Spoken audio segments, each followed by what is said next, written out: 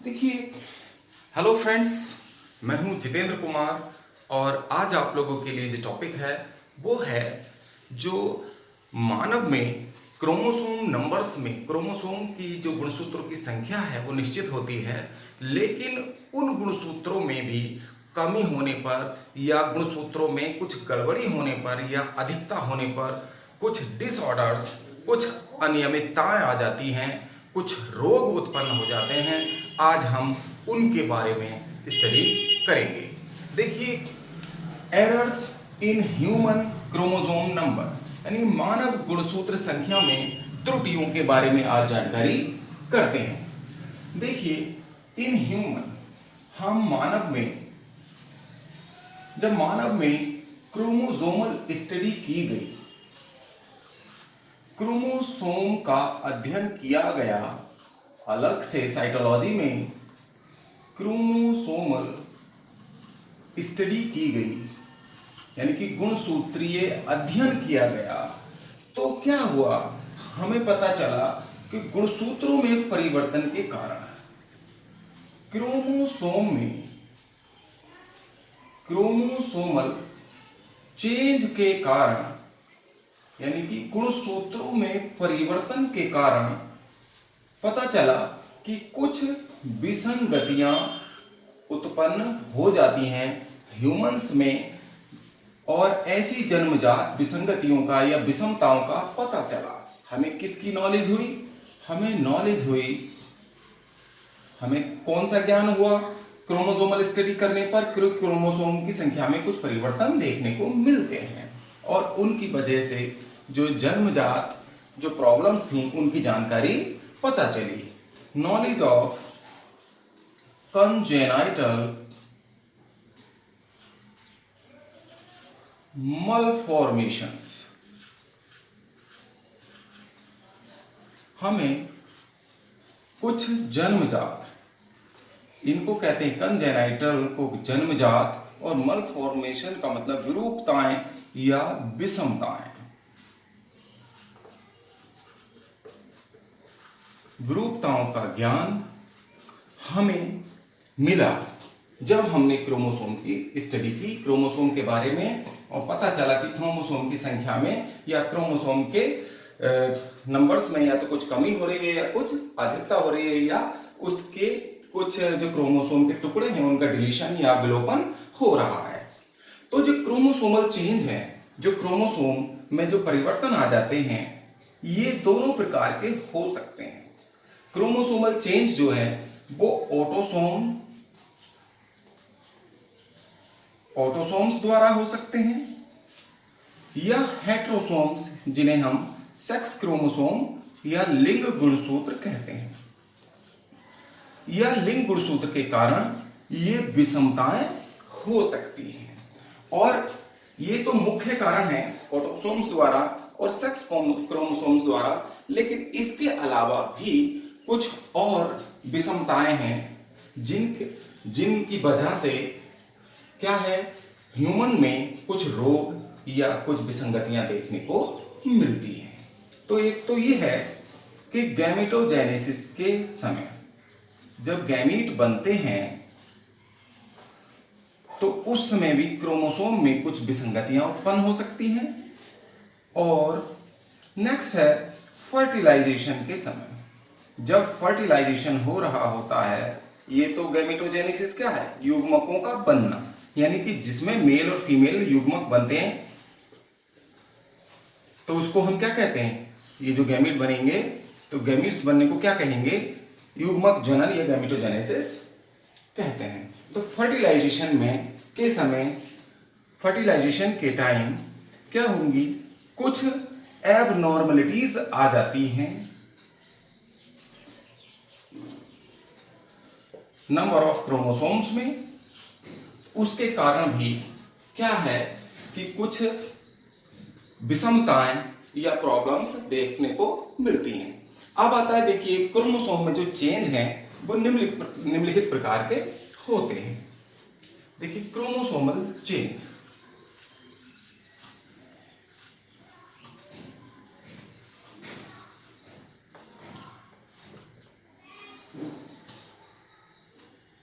Chromosomal chain निम्नलिखित प्रकार के होते हैं। सबसे पहला है पॉलीप्लॉइडी। पॉलीप्लॉइडी और इसको हम यूप्लॉइडी भी कह देते हैं। यूप्लॉइडी और इसको हिंदी में बहुगुणिता या सुगुणिता के नाम से जानते हैं।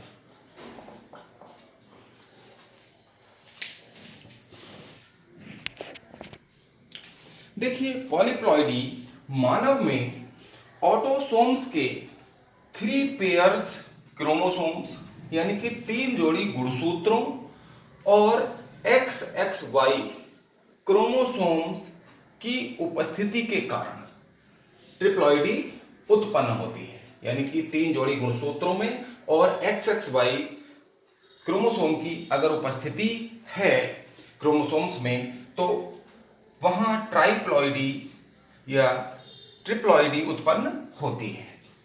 जहां मानव में अगर ये स्थिति उत्पन्न होती है तो वहां पर हाथ पैर की जो उंगलियां हैं वो जुड़ी हुई होंगी, जबड़ा छोटा होगा और जो मस्तिष्क का विकास है वो इरेगुलर होगा, अनियमित होगा। और ऐसे शिशु में अगर ट्रिप्लॉइडी पाई जाती है, पॉलीप्लॉइडी का ये लक्षण है, तो ऐसे जो शिशु हैं वो जन्म के समय ही उनकी मृत्यु हो जाती है। और ये जो ट्रिप्लॉइडी है या पॉलीप्लॉइडी जो है वो क्या है, हैप्लॉइड गुणसूत्र के मल्टीपल्स के साथ बढ़ती है। यानी कि हैप्लॉइड जो अगुणित गुणसूत्र है उसके गुणनफल के साथ ये बढ़ती है। जैसे हैप्लॉइड को हम n कहते हैं तो जो ट्रिप्लॉइडी होगी, ट्रिप्लॉइडी या ट्रिप्लॉइड को 3n कहेंगे और टेट्राप्लॉइड को 4n और पेंटाप्लॉइडी को 5n कहेंगे और इसको हम पॉलीप्लॉइडी कहते हैं। जैसे जैसे गुणसूत्रों की संख्या बढ़ती चली जाती है पेयर में तो उसको हम क्या कहेंगे, पॉलीप्लॉइडी कहते हैं। और ये जो पॉलीप्लॉइडी है ये किस प्रकार या ट्रिप्लॉइडी किस प्रकार ह्यूमन में उत्पन्न होती है। ये मानव में जो ट्रिप्लॉइडी है तो वो कैसे उत्पन्न होगी ये भी समझ लीजिए। जो मानव में जो त्रिगुणिता है उसका उत्पन्न होने का कारण है, पहला तो ये है कि गैमीटोजेनेसिस के समय जब युग्मक जनन होगा तो युग्मक जनन के समय मियोसिस ना होने से, पहला कारण तो ये है मियोसिस ना होने से ट्रिप्लॉइडी उत्पन्न हो जाती है। दूसरा, माइटोसिस इनकम्प्लीट होने से, यानी कि इनकम्प्लीट माइटोसिस द्वारा, इनकम्प्लीट माइटोसिस यानी समसूत्री विभाजन अगर अपूर्ण होता है युग्मक जनन के समय तब भी ये ट्रिप्लॉइडी उत्पन्न हो सकती है। और तीसरा कारण है कि अगर एक ओवम एक एग के साथ कभी कभी 2 स्पर्म जुड़ जाते हैं तब भी ट्रिप्लॉइडी उत्पन्न हो जाती है, यानी कि 3n वाली कंडीशन आ जाती है। ये ट्रिप्लॉइडी के ह्यूमन में ट्रिप्लॉइडी होने के कारण है। अब आगे चलते हैं। अब देखिए दूसरा टॉपिक एन्यूप्लॉइडी, अर्थात इसको दूसरा हेट्रोप्लॉइडी के नाम से भी जानते हैं। इसको हिंदी में असुगुणिता या विषम गुणिता भी कहते हैं। देखिए, अगर क्रोमोसोम के किसी पेयर क्रोमोसोम के यानी गुणसूत्र के किसी जोड़े की संख्या में अगर कोई परिवर्तन आ जाएगा तो उसे हम एन्यूप्लॉइडी या असुगुणिता या विषम गुणिता कहेंगे। अगर क्रोमोसोम की जो कंप्लीट संख्या है, हर किसी जीवधारी में या मानव में क्रोमोसोम की एक निश्चित संख्या होती है, जैसे हमारे अंदर 46 है, तो इस 46 में कंप्लीट संख्या में या तो एक या अधिक क्रोमोसोम की कमी हो जाए तो इसको हाइपोप्लॉइडी कहते हैं। अगर क्रोमोसोम की कंप्लीट संख्या में, कंप्लीट नंबर्स में एक या अधिक की अधिकता हो जाए तो उसको हाइपरप्लॉइडी कहते हैं। और हाइपोप्लॉइडी और हाइपरप्लॉइडी को मिलाकर एन्यूप्लॉइडी कहा जाता है। एन्यूप्लॉइडी यानी कि असुगुणिता। असुगुणिता के कारण, ऐसा अधिकता या कमी के कारण जो क्या है, ह्यूमन बॉडी में कुछ इरेगुलरिटी आ जाती है, कुछ इरेगुलरिटी, कुछ अनियमितता आ जाती है, या इसको हम डिजीज जैसे करैक्टर आ जाते हैं या रोग उत्पन्न हो जाते हैं। तो ऐसे रोगों को या रोग जो बन जाते हैं शरीर के अंदर, उन्हें हम क्या कहते हैं, क्रोमोसोम के कारण चूंकि हो रहा है, तो इसलिए इनको हम क्रोमोसोमल सिंड्रोम कहा जाता है। क्रोमोसोम की कंप्लीट संख्या में कमी या अधिकता से जो शरीर के अंदर अनियमितता आ गई या बीमारी उत्पन्न हो गई, उसे हम क्या कहेंगे, उसे हम क्रोमोसोमल सिंड्रोम के नाम से जाना जाता है, अर्थात गुणसूत्रीय सिंड्रोम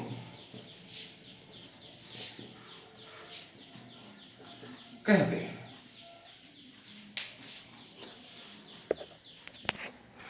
देखिए, अब कंडीशंस इन एन्यूप्लॉइडी यानी असुगुणिता की जो अवस्थाएं हैं, देखिए ये होता है मोनोसोमिक। मोनोसोमिक का मतलब है एक सूत्र न्यूनता, यानी कि न्यूनता का मतलब है कमी, और एक सूत्र का मतलब है एक गुणसूत्र। इसमें अगर जो इतने भी कंप्लीट क्रोमोसोम होंगे किसी भी जीव जाति में, तो उसमें कंप्लीट नंबर ऑफ क्रोमोसोम्स की संख्या में क्या हो जाता है, एक गुणसूत्र कम हो जाता है।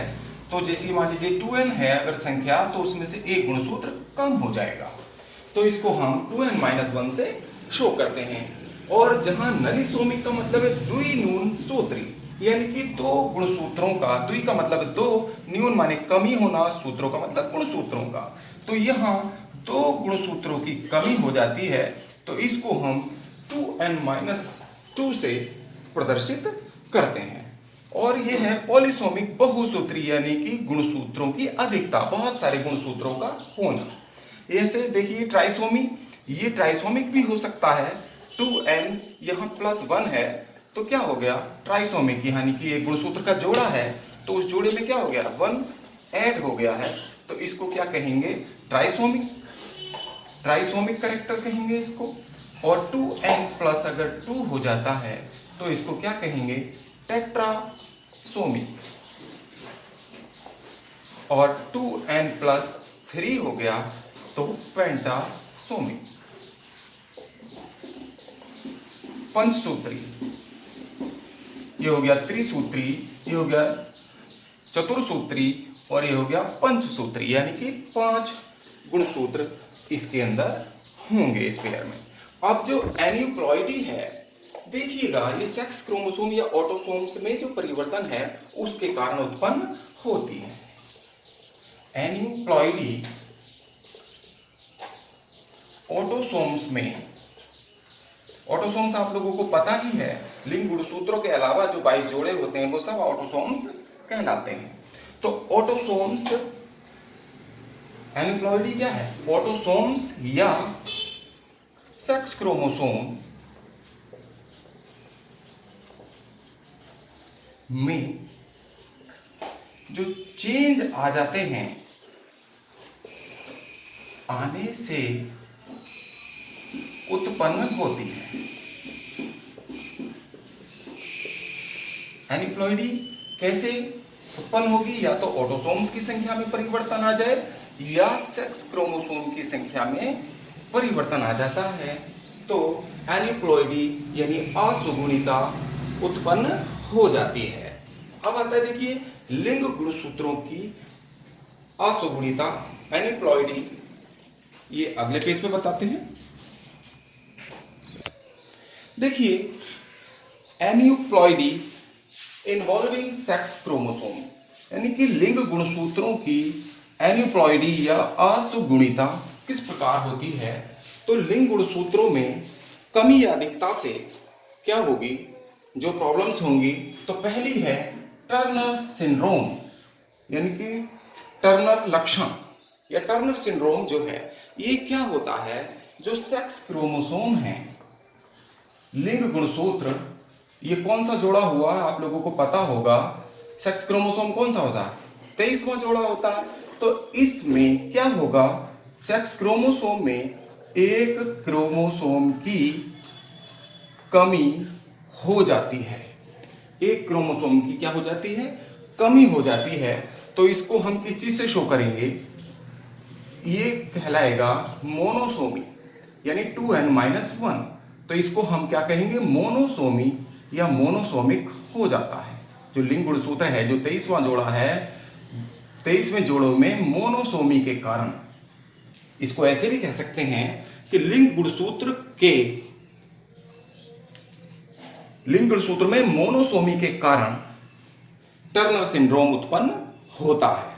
तो ये जो सेक्स क्रोमोसोम है क्या हो जाएगा, X0, लास्ट वाला जो क्रोमोसोम होगा, क्रोमोसोम का जो पेयर है, इसको हम XO से शो करते हैं, X0 से, क्योंकि ये 0 है, 0 है।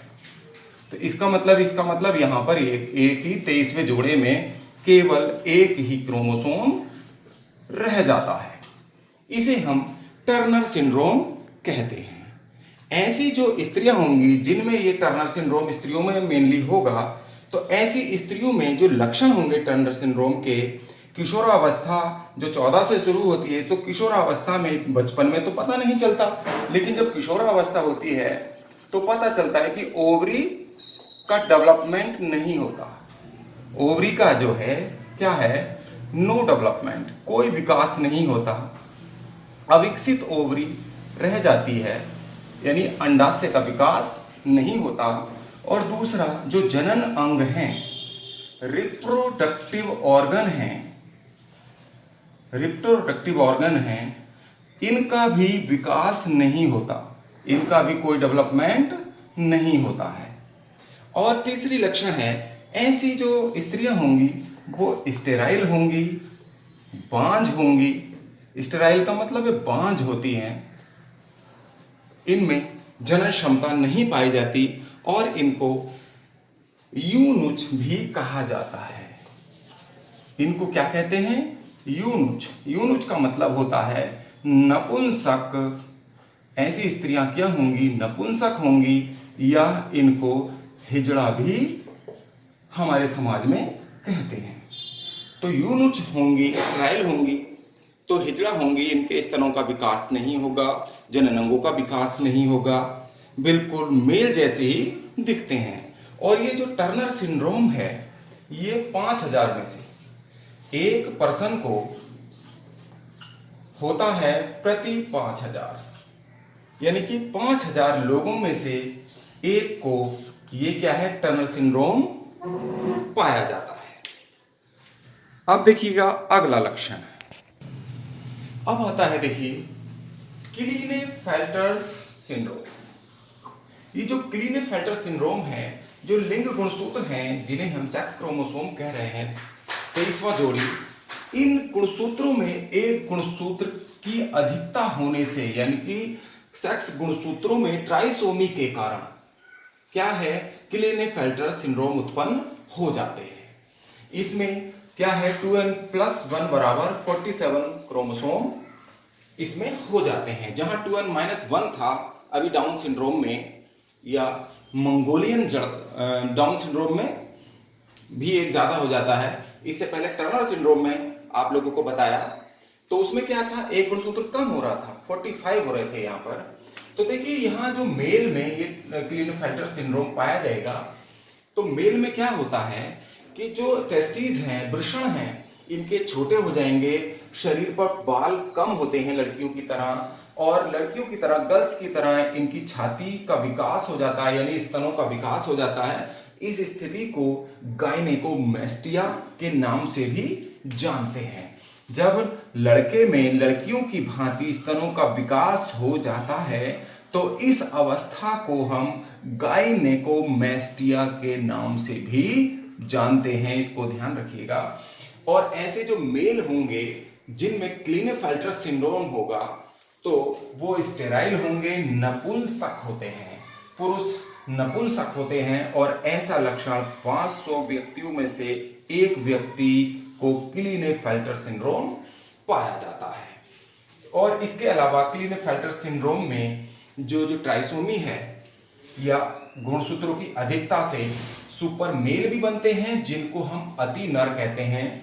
अगर जो हमारा लिंग गुणसूत्र है उसमें XY होता है तो इसमें Y जो क्रोमोसोम है उसकी वृद्धि हो जाए तब भी 47 गुणसूत्र होंगे, 47 होंगे। तो ऐसे व्यक्ति को हम अति नर कहते हैं। ऐसा शरीर, विशालकाय शरीर वाले होते हैं ये। इनका जो ब्रेन है वो कम डेवलप होता है, कामुक होते हैं, गुस्सैल होते हैं और इनमें अपराध की प्रवृत्ति बचपन से ही पाई जाती है।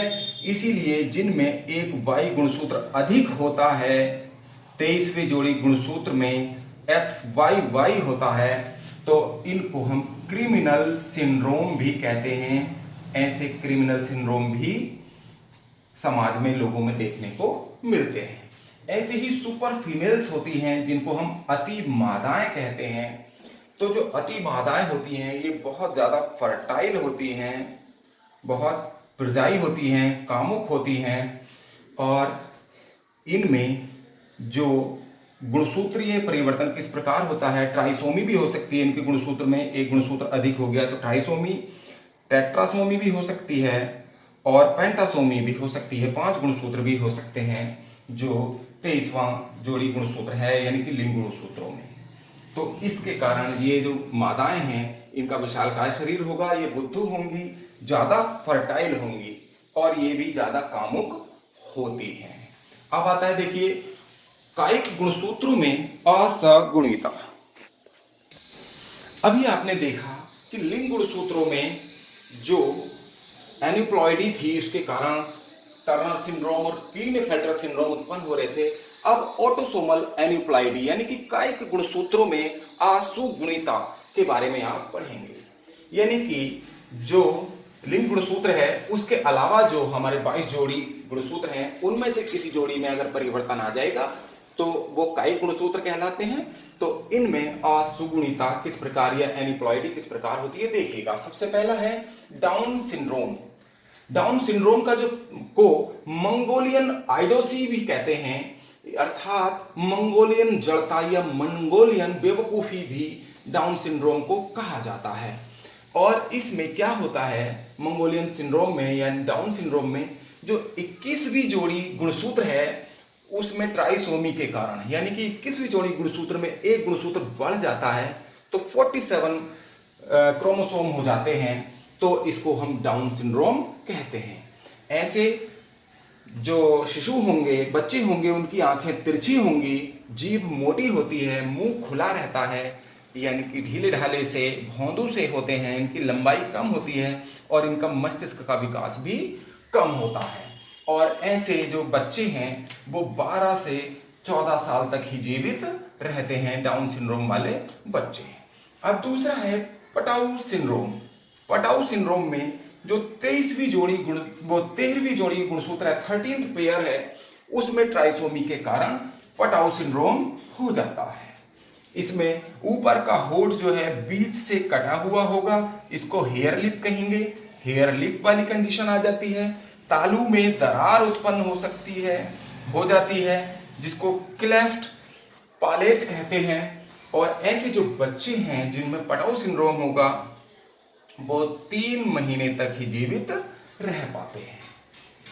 अगला है एडवर्ड सिंड्रोम। एडवर्ड सिंड्रोम 18वीं जोड़ी में ट्राइसोमी के कारण एडवर्ड सिंड्रोम होता है और ऐसे शिशु 6 मंथ तक ही जीवित रहते हैं। 6 मंथ के बाद ये मर जाते हैं।